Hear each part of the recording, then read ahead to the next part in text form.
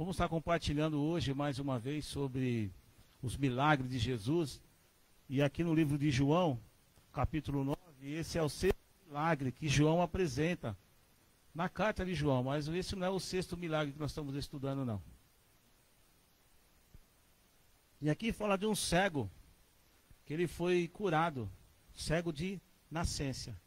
E aqui nessa passagem aqui nós temos duas experiências, duas grandes lições, que é a cegueira espiritual e tem a cegueira física mesmo, né? Esse cego era cego mesmo, nasceu cego fisicamente mesmo, mas Deus curou ele e ele começou a enxergar, já não deixou de ser cego. E tem a cegueira espiritual dos fariseus, quando a gente dá continuidade a partir do versículo 13, a gente vê a cegueira dos fariseus. Coração duro, coração que não estava contrito, não queriam aceitar o milagre desse cego. Então existem muitas pessoas hoje também que são cegas espiritualmente, não estão conseguindo enxergar nada ao redor. Nós andávamos assim também, cegos espiritualmente, mas o Senhor abriu os meus e os seus olhos. E hoje nós enxergamos de uma maneira diferente, porque nós estávamos espiritualmente cegos. Amém? Em João capítulo 9 diz assim, a partir do versículo 1, ao passar Jesus viu um cego de nascença. Seus discípulos lhe perguntaram, mestre, quem pecou? Este homem ou seus pais para que ele nascesse cego? Disse Jesus, nem seus pais pecaram, mas isto aconteceu para que a obra de Deus se manifestasse na vida deles. Enquanto é dia, precisamos realizar a obra daquele que me enviou, e a noite se aproxima, enquanto ninguém pode trabalhar, e quando eu estou no mundo, eu sou a luz do mundo.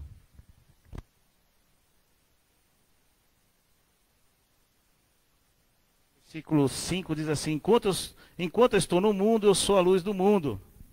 Tendo dito isso, cuspiu no chão, misturou terra com saliva e aplicou aos olhos do homem. Então lhe disse, vai, lava-se no tanque de Siloé, que significa o enviado. O homem foi, lavou e voltou vendo. Seus vizinhos, que anteriormente tinham visto mendigando, perguntou, não é esse homem que costumava ficar sentado mendigando? Alguns afirmavam que era ele, e outros diziam, não, apenas para com ele. Mas ele próprio insistia, sou eu mesmo.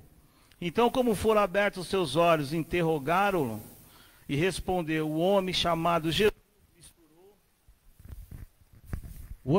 Jesus misturou terra com saliva, colocou nos meus olhos e me disse, que fosse lavar-me em Siloé. Fui, lavei-me e agora vejo. E eles perguntaram, aonde está esse homem? Não sei, disse ele. Pai, em nome de Jesus, queremos te agradecer, Senhor, mais essa rica oportunidade de podermos estar reunidos em teu nome, Pai. É em teu nome que nós te louvamos, te glorificamos, que nessa noite, Senhor, haja cura, haja salvação, haja libertação, haja, Senhor, vista, Pai. Que as pessoas possam, em nome de Jesus, ser curadas da cegueira espiritual, Senhor. Porque o nome do Senhor que está sendo proclamado nessa noite, a tua palavra que está sendo, Senhor, ministrada, a tua palavra ela não volta vazia, a tua palavra ela alcança os corações nessa noite, corações que estejam, Pai, com quebrantado, para ouvir a tua palavra. É no nome de Jesus que nós oramos, para que tudo aquilo que o inimigo tem tentado contra esse culto, nós repreendemos, nós cancelamos agora, em nome de Jesus. Amém? Jesus, ele curou esse cego de nascença. Jesus é o Senhor do sofrimento humano. Ele identifica-se com o que sofre. Ele realiza milagre para amenizar o sofrimento das pessoas. Ele veio para destruir o pecado, a morte, o poder do mal e o sofrimento. Nós temos um Deus que ele se relaciona conosco, Jesus. Nós temos um Deus que ele sente compaixão de mim, sente compaixão de você. Porque a palavra de Deus diz que quando Jesus ele olhava as pessoas, diz que ele se movia de íntima compaixão. E ele ia até encontro aquelas pessoas, e aquelas pessoas eram curadas, aquelas pessoas eram libertas, aquelas pessoas eram até ressuscitadas, que nem ressuscitou Lázaro, trazia a vista, que nem trouxe para o cego, o aleijado começou a andar, ele trazia uma palavra de paz, de conforto e segurança. Então Jesus ele se movia de íntima compaixão, e ele ia de encontro às pessoas. E se você crê, Jesus está indo de encontro a você nessa noite. Porque não saímos da nossa casa à toa, nós viemos aqui adorar o Rei dos Reis, ouvir a palavra do Senhor, e Ele está indo de encontro a você nessa noite. Porque no versículo 1 diz assim, ao passar Jesus viu um cego de nascença. Ei, Jesus está te vendo. Ele está te vendo, ele está me vendo. A palavra diz que ele viu. E os seus discípulos logo perguntaram: mestre, quem pecou, este homem ou seus pais, para que ele nascesse cego? A pergunta dos discípulos. Mas é natural ele perguntar isso, porque isso já é um costume judaico, isso aí já vem dos judeus. Que os judeus têm, quando você vai lá em Êxodo, capítulo 20, e o versículo 5, a palavra de Deus diz assim, ó: se você pecar, se você se adorar outros deuses, eu sou o Deus que visita os pais e os filhos de geração em geração. Então eles tinham isso na mente dele, como Deus falou que visitava, por causa do pecado do pai, ele visitava os filhos de geração em geração. Então os discípulos falaram: quem pecou, Senhor? Foi o pai dele que pecou então? Mas Jesus fala assim para eles assim, ó: não, disse Jesus, nem seus pais pecaram, mas isso aconteceu para que a obra de Deus se manifestasse na vida deles. Só que em Ezequiel capítulo 18, o versículo 1 diz assim: nunca mais vai se ver esse ditado em Israel, que os pais comeram uva e o dente dos filhos que apodreceram. Não. Aqui em Ezequiel capítulo 18, a palavra de Deus começa a dizer que a cada um agora é responsável pelo seu pecado. O pai não vai pagar pelo pecado do filho, e nem o filho vai pagar pelo pecado do pai. Esse moço não nasceu cego por causa que os pais pecaram. Jesus está falando para ele: não. Ele nasceu para manifestar a glória de Deus. Porque nós temos esses costumes também, de achar que qualquer coisinha, se não está dando certo na vida do pai, é porque o filho não é crente, porque o filho não está na igreja, porque o filho está errando. Isso é mentira. Ou porque o pai está indo para a igreja, o filho não vai, não dá certo as coisas, é porque o filho não vai para a igreja, que o filho pecou e está caindo sobre o pai. Isso não existe. A palavra de Deus nos declara isso, em Ezequiel 18. Cada um vai pagar do seu próprio erro. O filho é responsável, o filho é de maior. A gente ensina o caminho que deve andar, mas ele quer andar. É o filho pródigo. Como é que é a história do filho pródigo? Ele não foi andar, o pai dele errou, o pai dele fez alguma coisa errada? Não. O pai dele deixou de ser abençoado porque o filho pegou as coisas e foi embora? Não. Quem deixou de ser abençoado foi ele. Ele que perdeu tudo. Ele gastou tudo, ainda voltou: pai, os seus funcionários estão melhor do que eu. E o pai dele recebeu de braço aberto. Mas o pai dele não tinha pecado. Jó pecou, já não fez nada. Os filhos dele também não estavam pecando. A palavra não fala que ninguém pecou e veio mal sobre a vida dele. Mas essa história é outra. Ali teve um desafio, né? Satanás quis desafiar Deus, dizendo que Jó só adorava a Deus por causa das coisas que Deus dava para ele. Mas isso é mentira, porque quando Deus permitiu que Satanás tocasse no Jó, nas coisas de Jó, Jó continuou adorando a Deus. Mas voltando aqui ao assunto, Jesus interroga eles e fala assim: não, de maneira nenhuma, nem seus pais. Mas isso aconteceu para a obra de Deus se manifestasse na vida dele. E Jesus está falando: enquanto é dia, precisamos realizar a obra daquele que me enviou. A noite se aproxima quando ninguém pode trabalhar. Enquanto estou no mundo, eu sou a luz do mundo. Enquanto é dia, vamos trabalhar, porque vem a noite. Eu quero falar para você que Deus nos dá a oportunidade de podermos trabalhar na obra dele, na seara dele. Deus nos dá essa oportunidade. Deus também nos dá a oportunidade de colocar pessoas que estão sofrendo, para que nós podemos manifestar a luz de Deus na vida deles. Porque em João capítulo 1, volta a Bíblia um pouquinho, nós estamos em João 9, em João capítulo 1, diz assim, ó, João capítulo 1, a palavra de Deus diz assim: no princípio era aquele que era a palavra, e ele estava com Deus e era Deus. Ele estava com Deus no princípio, todas as coisas foram feitas por intermédio dele. Sem ele nada do que existe tinha sido feito. Nele estava a vida e ele era a luz dos homens. A luz brilha nas trevas e as trevas não o derrotaram. Surgiu um homem enviado de Deus chamado João. Ele veio como testemunha para testificar acerca da luz, a fim de que por meio dele todos homens crescem. Ele próprio não era luz, mas veio como testemunha da luz. Estava chegando ao mundo a verdadeira luz que ilumina todo homem.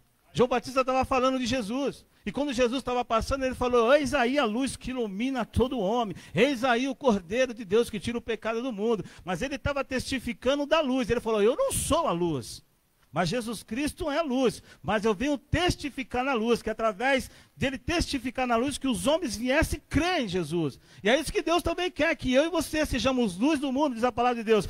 Vocês são o sal dessa terra e a luz do mundo. Para que quando nós chegarmos, o cristão que somos a luz do mundo, as trevas batem retirada. E o Senhor nos dá essa oportunidade também de sermos luz do mundo.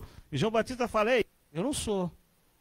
Mas eu venho para testificar da luz. A gente vem para testificar da luz. Porque Ele é a luz do mundo que ilumina todos os homens. E Jesus me iluminou, Jesus te iluminou, e por isso que nós estamos aqui. Nós estávamos cegos espiritualmente, mas a luz que ilumina todo homem está sobre mim, está sobre você. Isaías capítulo 60 diz assim: disponha-te, resplandece, porque a glória do Senhor está sobre ti. E ele vai falando que o mundo está sob trevas, sob a escuridão. Mas sobre você, sobre mim, brilha a verdadeira luz. A luz de Cristo, aquela que ilumina todo homem. E para receber essa luz, a gente tem que estar com o coração aberto. Para receber essa luz. Porque a palavra de Deus diz aqui em João capítulo 1, versículo 12: todos quanto receberam, deram o direito de ser chamados filhos de Deus. Então, para mim e para você ser chamado filho de Deus, nós temos que receber Jesus. Versículo 12 diz aí, ó: e contudo aos que receberam, aos que creram, em seu nome deram o direito de se tornarem filhos de Deus. Além de se tornar filhos de Deus, era curado, era transformado, as pessoas eram mudadas. E Jesus fez esse milagre na vida desse cego de nascença. E ficou aquele debate: não se preocupa, não foi ele que pecou, não foi o pai dele que pecou. Ele nasceu assim para que manifestasse a glória de Deus. E a glória de Deus vai manifestar na sua vida essa noite. Ela já está manifestando na sua vida essa noite. Ela já manifestou em você desde quando você acordou. Porque é o Senhor que tem nos sustentado. O salmista fala: deitei e acordei porque o Senhor me sustentou. Se Ele não tivesse sustentado a sua vida, nós não estaremos aqui nessa noite. A glória do Senhor está sobre nós. Ele tem nos sustentado e Ele tem nos guardado. E o versículo 5 diz assim: enquanto estou no mundo, eu sou a luz do mundo. E o versículo 6 diz assim: tendo dito isso, cuspiu no chão, misturou a terra com saliva e aplicou os olhos do homem. Então disse: vai e lava-se no tanque de Siloé, que significa enviado. O homem foi, lavou e voltou vendo. Meu irmão, eu quero dizer para você que a saliva, o barro, não tem não é medicinal, não tem nada que possa fazer. Essa passagem não tem como explicar. Tem pessoas que querem explicar porque Jesus cuspiu, porque Jesus fez o lodo com o barro. Não tem explicação. Milagre muitas vezes não se explica. Milagre vive, irmão. Vive o seu milagre. Não quero explicar como é que foi, como é que aconteceu. Se é uma coisa absurda, se é uma coisa, fala: como é que pode a coisa dessa? Ele cuspiu a mão, pegou o barro, fez o lodo, passou no meu olho, mandou eu até o tanque de Siloé. E chega lá no tanque de Siloé, eu lavo o olho e volto vendo. Meu irmão, não vamos entrar, que a Bíblia não está falando nada. A gente tem que aprender onde a Bíblia cala, a gente também tem que se calar. Falou: vá lá e lava-te. Misturou e está misturado. É Jesus que tem poder de fazer todas as coisas. Foi uma coisa que aconteceu com Naamã. Naamã estava lá no seu palácio, cheio de lágrimas. Chegou lá, a menina falou: oxalá, se conhecesse o profeta que tem lá em Israel. E levaram ele até Eliseu. Chegou lá o Naamã, achando assim que Eliseu ia chamar ele. Eliseu nem atendeu ele. A palavra de Deus fala que o profeta nem atendeu o rei Naamã. Diz que ele chegou até a casa de Eliseu. Diz que Eliseu falou assim: ó, deu recado: fala para ele ir lá no Rio Jordão, mergulhar 7 vezes, que ele vai ser curado da lepra dele. Não tem nada de especial na água de Rio Jordão também, irmão. Não é medicinal.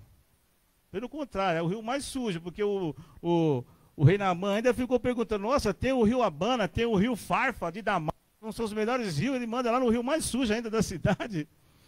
Vai mergulhar lá, Naamã. E Naamã foi lá. E o que aconteceu? Ele foi curado. Mas por que ele foi curado? E por que ele também foi curado? Porque eles obedeceram o profeta. Eles obedeceram o homem de Deus. Cego, no meio da caminhada aqui na história, quando os fariseus vêm interrogar ele fala assim: ó, foi um profeta. Para mim ele é um profeta. Eles começam a perguntar: quem foi que te curou? Falou: não sei. Mas para mim é um profeta, ele é um homem de Deus. Ele mandou ir lavar no tanque de Siloé, eu fui.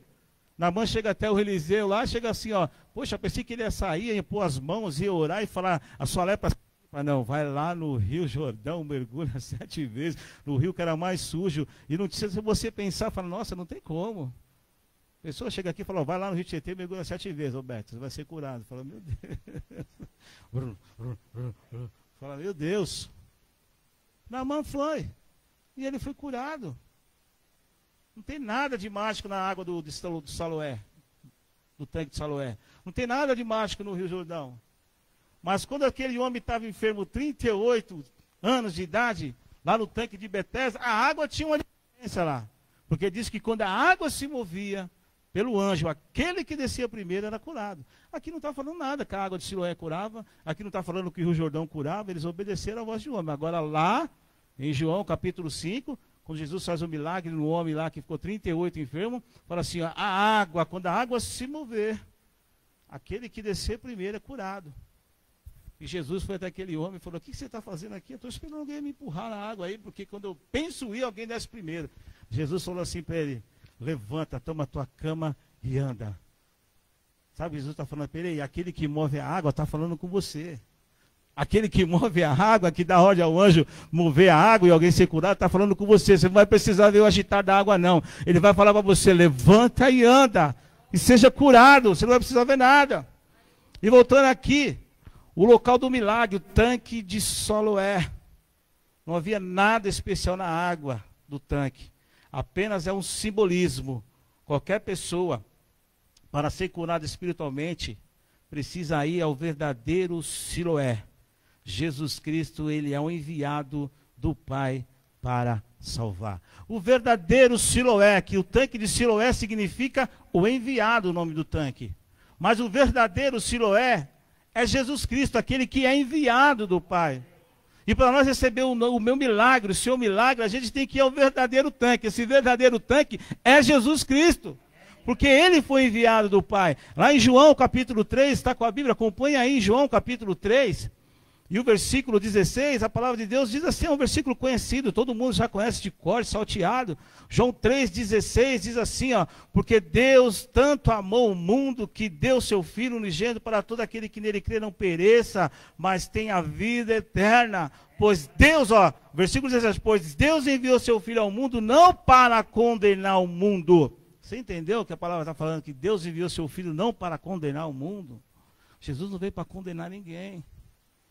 Mas diz assim, ó, no versículo 17, mas para que foste salvo por meio dele. Foi para isso que Deus enviou Jesus, para que pudesse ser salvo por meio dele. Ele é o verdadeiro tanque de Siloé.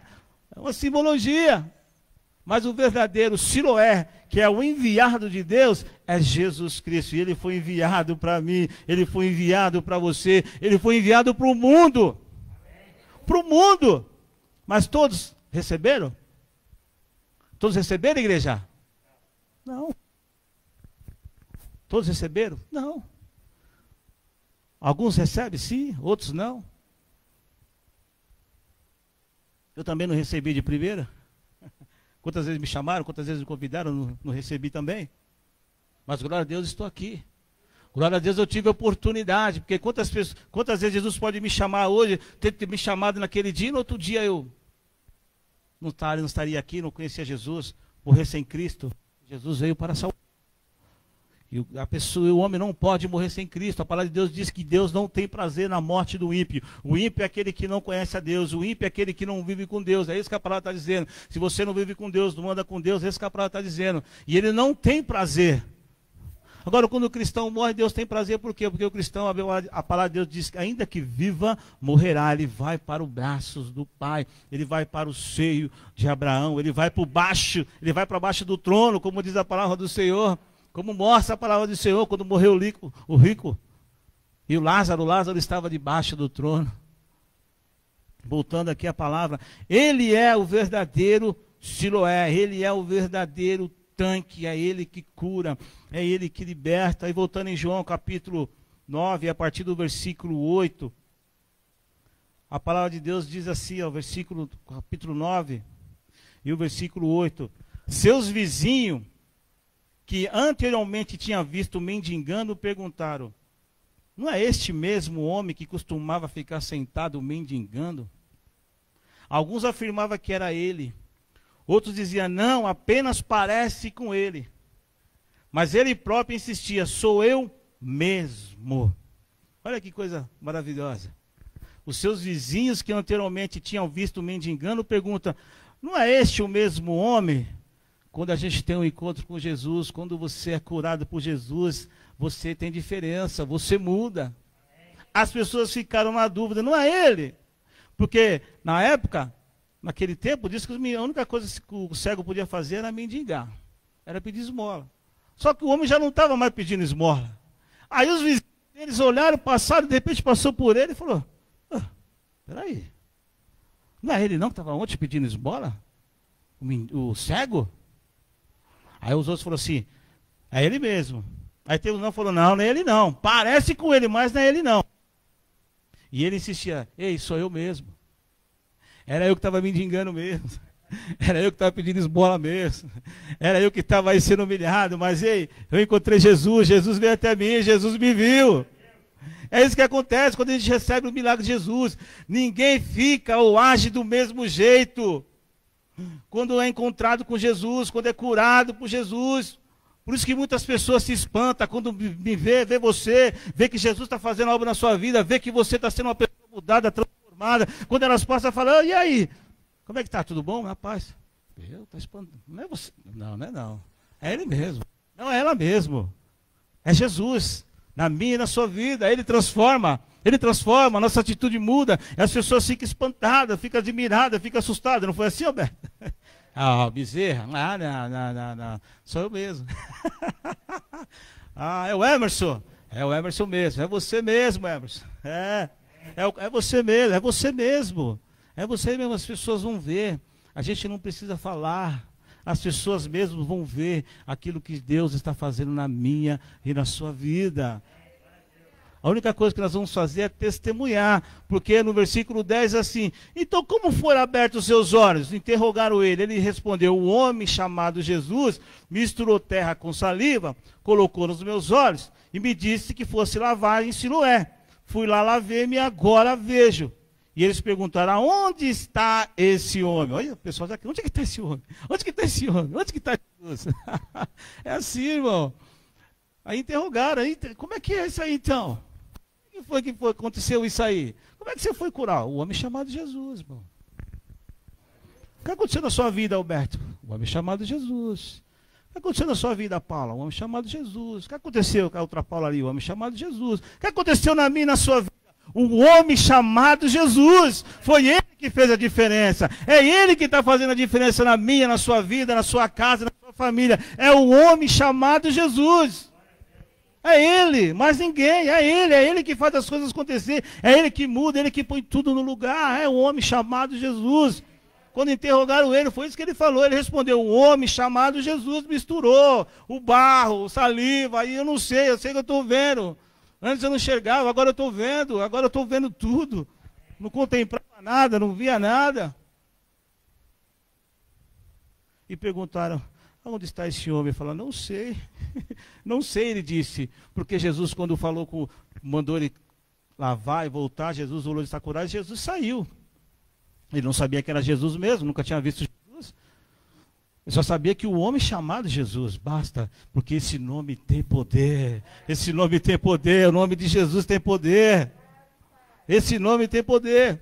Aí o versículo 13 diz assim, os fariseus investigam a cura. Levaram aos fariseus o homem, que era cego. Versículo 14. Era sábado, o dia em que Jesus havia misturado a terra com saliva e aberto os olhos daquele homem. Então os fariseus também lhe perguntaram, como recuperou a vista? O homem respondeu, ele colocou uma mistura de terra, saliva em meus olhos e me lavei, agora eu vejo. Imagine, hein? Os fariseus como ter ficado. Ele misturou lá a terra, saliva, mandou lavar e eu lavei. Alguns fariseus disseram, esse homem não é Deus, porque não guarda o sábado. Mas os outros perguntaram, como pode um pecador fazer tais sinais milagrosos? Houve divisão entre eles. Tomaram, pois, a perguntar ao cego, que diz você a respeito dele? Mandaram perguntar para o cego, o fariseu, que diz você a respeito de Jesus? Mas antes disso, abra a Bíblia de vocês lá em Mateus capítulo 11, que eu não posso deixar antes de falar dos fariseus,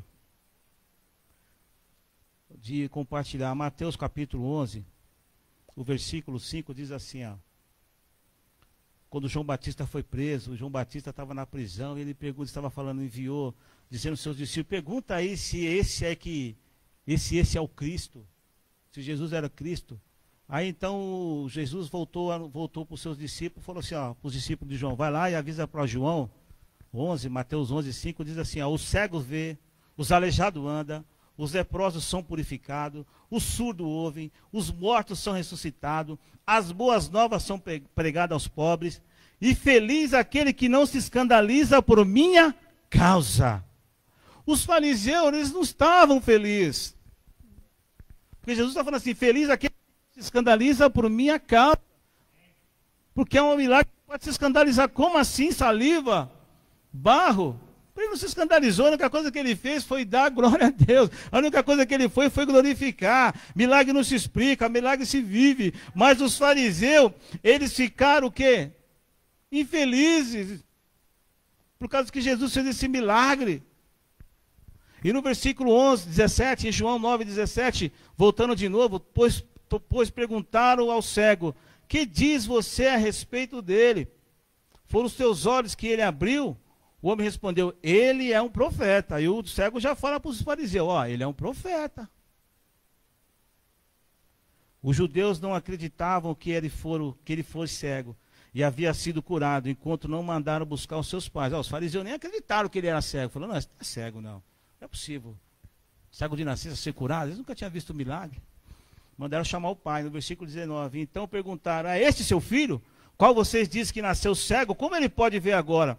Versículo 20, respondeu os pais, sabemos que ele é nosso filho, que nasceu cego, mas não sabemos como ele pode ver agora. O que lhe abriu os olhos. Pergunte a ele, idade ele tem. Ele fala por si mesmo.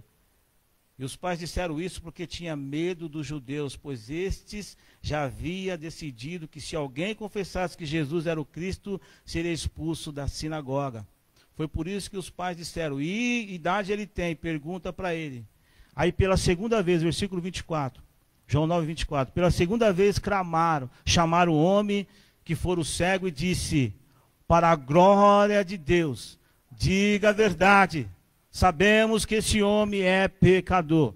Os fariseus, os judeus falam para ele assim, ó, para a glória de Deus. Só que esse para a glória de Deus, irmão, ela tem duplo sentido.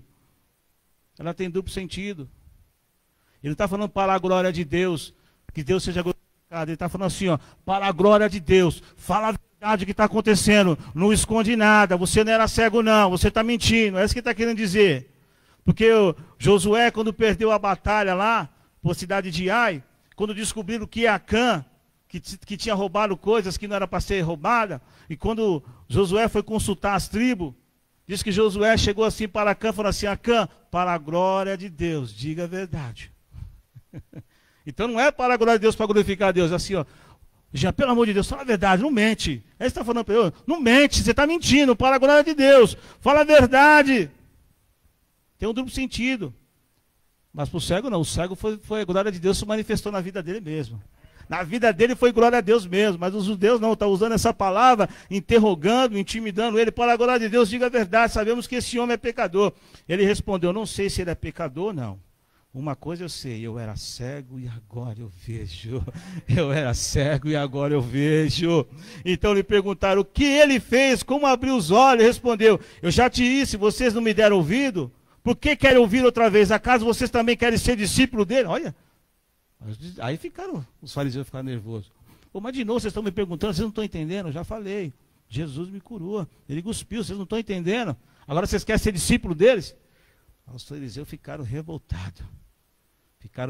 Então consultaram e disseram, discípulo dele é você. Nós somos discípulos de Moisés, sabemos que Deus falou a Moisés, mas quanto a isso, não sabemos de onde ele vem. O homem respondeu, ora, isso é extraordinário, vocês não sabem de onde ele vem, contudo ele me abriu os olhos. Sabemos que Deus não ouve pecador, mas ouve aquele que teme e pratica a sua vontade. Ninguém jamais ouviu que houve, de um cego de nascença tinha aberto os olhos. E esse homem não fosse de Deus, não poderia fazer essas coisas. Diante disso, eles responderam, você nasceu cheio de pecado, como tem ousadia de nos ensinar, e expulsaram. E o cego falou para eles, vocês não estão entendendo, se esse homem é cheio de pecado, como é que ele pode fazer uma coisa dessa? Ninguém nunca viu um cego de nascença ser curado, e esse homem foi curado. Se ele é pecador, não sei, agora eu sei que eu estou enxergando, eu estou vendo. Isso é extraordinário, vocês não sabem de onde ele vem? Contudo, ele abriu os olhos, sabemos que Deus não ouve pecador, mas ouve homens que temem e praticam a tua vontade. Ouve homens que praticam a tua vontade, que teme e pratica a tua vontade. Ei, se nós estamos praticando a vontade de Deus, ele vai nos ouvir. Se nós somos tementes a Deus, ele vai nos ouvir. Isaías 59, né? A gente lê muito Isaías 59, né? Isaías 59, versículo, capítulo 1. Os ouvidos do Senhor não estão agravados, que não possa ouvir, e nem seu braço encolhido, para que não possa nos abençoar. Só que mais para frente ele fala assim, só que tem algo que interrompe as nossas orações, algo que interrompe a nossa bênção, algo que nos separa. Só que o pecado, ele nos separa de Deus, aí Deus não pode ouvir a nossa oração. É isso que fala Isaías 59. Os ouvidos do Senhor não estão agravados, que não posso ouvir a minha oração. Amém. E os braços não estão, não posso abençoar. Mas é o seguinte, mas o pecado faz separação entre ti e eu, entre você e Deus, entre Deus e você, entre Deus e eu. Então, tem que temer, tem que praticar, senão Deus não vai ouvir. E Deus não ouve mesmo. A palavra de Deus diz que Deus não ouve. Se esse homem não fosse de Deus, não poderia fazer coisa alguma. E o versículo 35, a cegueira espiritual. Jesus ouviu que havia expulsado e encontrou, disse, você crê no Filho do Homem? Jesus sabia que eles tinham expulsado ele da sinagoga, porque Jesus estava dando testemunho dele, e os judeus não queriam que falasse de Jesus. Por isso chamaram o pai do cego. O pai do cego falou, fala para ele, já tem idade suficiente, com medo de ser expulso da sinagoga. E o cego, sabe o que ele fez? Nenhum momento ele voltou atrás. Nenhum momento ele voltou atrás. Foi Jesus, homem chamado Jesus. Vocês não conhecem Deus. Se ele fosse pecador, não podia fazer isso. Vocês não entendem, vocês não estão vendo que ele é homem de Deus. E o que os judeus fizeram? Jogaram para fora. Ei, mas Jesus, havendo expulsado, encontrou, disse, você crê no Filho do Homem? Ei, se estão jogando você para fora, se não estão acreditando em você, não se importa. O Filho do Homem está perguntando se você crê nele. Por mais que te rejeitam, por mais que te expulsam, por mais que não querem te aceitar, mas Jesus te aceita. E ele vai ter encontro do homem e fala, você crê no Filho do Homem? Perguntou o homem, quem é Senhor para que eu nele creia? Pergunta para Jesus, quem é esse Senhor para mim crer? É ele que está falando com você. E Jesus sabe, é ele que está falando com você. Então o homem disse, Senhor, eu creio, e adorou. Foi aquela mulher que estava lá no poço de Samaria, sentada lá, pegando água, a meio-dia, sozinha, que não podia ir mais cedo. As mulheres, era cheia de pecado, mas Jesus falou, é necessário passar em Samaria, é necessário Jesus passar nessa noite aqui, é necessário Jesus estar falando com você nessa noite, foi necessário ele passar lá para salvar aquela mulher, é necessário você estar aqui nessa noite, foi necessário, foi programado por Deus, e Deus fez um milagre na vida daquela mulher, e ele conversando com ela, explicando que Deus está procurando verdadeiros adoradores, que adoram espírito e verdade. Vocês adoram no Monte Herbal, nós adoramos no Monte Gerezim, e Jesus começa a conversar com ela, Jesus, mas eu sei que o Cristo enviado por Deus, eu sei que ele vai vir. Jesus fala, sou eu que falo com você, sou eu, Cristo. A mulher foi tão maravilhoso que quando Jesus se manifestou a ela, mas antes disso Jesus revelou a vida dela, sabia o que estava acontecendo, sabia quantos maridos ela já teve. Ela falou, veja que estão os profetas, e Jesus começa a falar com ela, começa a dialogar, e Jesus começa a falar com ela e conversa, e quando Jesus fala que Deus está procurando verdadeiros adoradores, que adoram espírito em verdade, e ela fala, mas cadê? Eu sei que o Messias, o Cristo vai vir. Jesus fala, é o que fala com você, sou eu. Esse aqui, o cego disse que ele adorou. Essa mulher, sabe o que ela fez? Ela correu, largou tudo, foi para a cidade dela e foi anunciar Jesus. Falou, ei, encontrei o Messias apareceu. E a palavra de Deus diz que Jesus ficou 2 dias naquela cidade. Aquela cidade foi evangelizada por causa daquela mulher, por causa que ela teve um encontro com Jesus. O que eu e você estamos fazendo quando tivermos um encontro com Jesus? Nós somos anunciar, nós somos falar, nós somos adorar. É isso que tem que fazer. Tem as atitudes das pessoas que fizeram quando encontraram Jesus, quando a sogra de Pedro foi curada e começou a servir. O cego começou a adorar. Essa mulher foi correr anunciar Jesus. Ei, Jesus está aqui. E a cidade inteira foi conhecida por Jesus. Jesus fez vários milagres naquele lugar. E voltando, é aquele que está falando com você. Então o homem disse, Senhor, eu creio, e adorou. Disse Jesus, eu vi este mundo para o julgamento.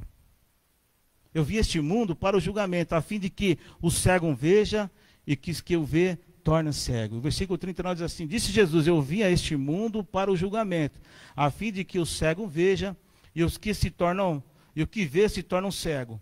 Alguns fariseus estavam com ele, ouviram dizer que perguntaram: acaso nós também somos cegos? Versículo 81 diz assim: Jesus: se vocês fossem cegos, não seria culpado do pecado. Mas agora que diz que pode ver, a culpa de vocês permanece. Esse versículo 41, quando Jesus fala para eles: ó, vim para o julgamento. Aqueles que são cegos vão ver mesmo. Aqueles que vê vão se tornar cegos mesmo. E Jesus diz: vocês não seriam culpados do pecado, mas agora diz que porque vejam, o pecado permanece em você.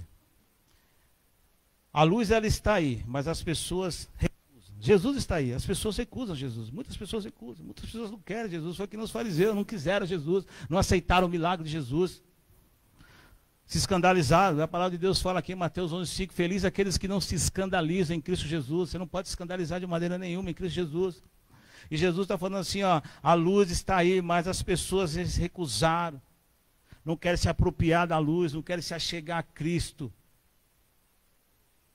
Pelo contrário, rejeitam. Como poderão ser iluminados?